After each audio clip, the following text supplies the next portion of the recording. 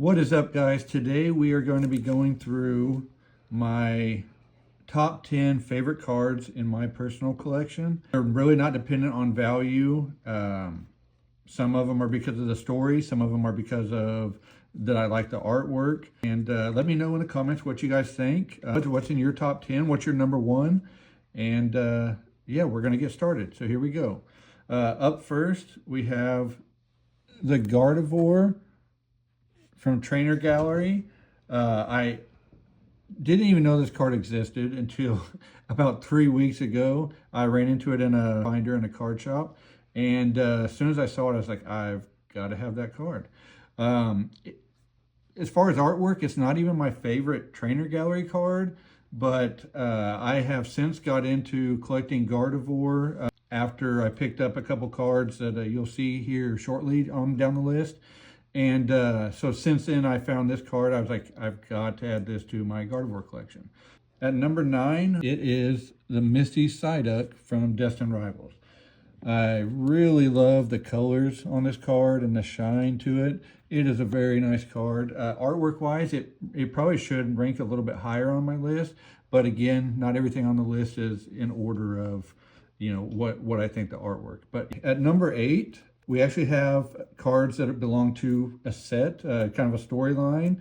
And I don't have all 3, but this is what got me into collecting Gardevoir, and that is the one I'm missing.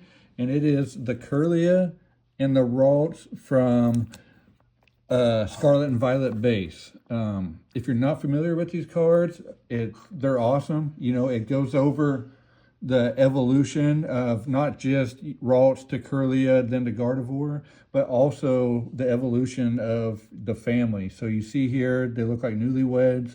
They're moving into their house. Ralts is tiny.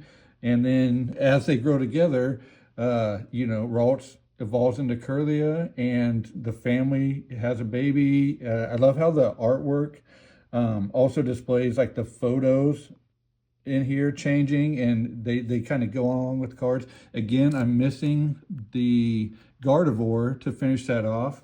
I'm hoping to find that at a card show or just stumble upon it in a card shop. I like doing that more often than ordering stuff online, just because it kind of helps. If you're not going to pull it, it helps in it being a chase. And so it's still fun. When we go to the card show and we run into something that is something we're looking for, that adds some excitement to it.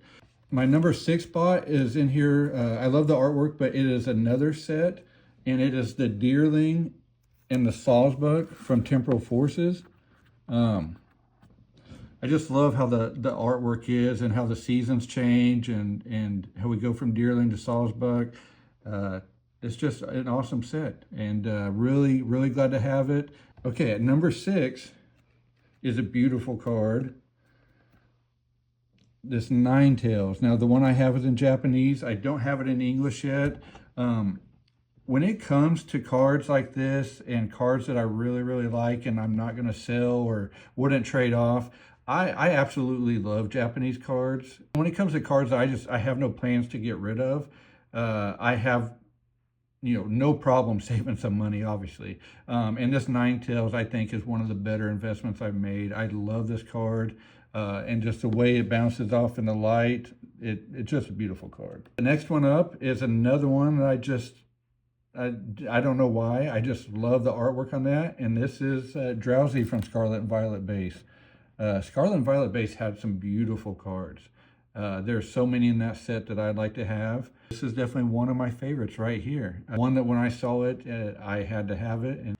Okay, so now we're getting to one that I've pulled myself, and it was very exciting to say the least. And that is the Leafeon EX from Prismatic Evolutions.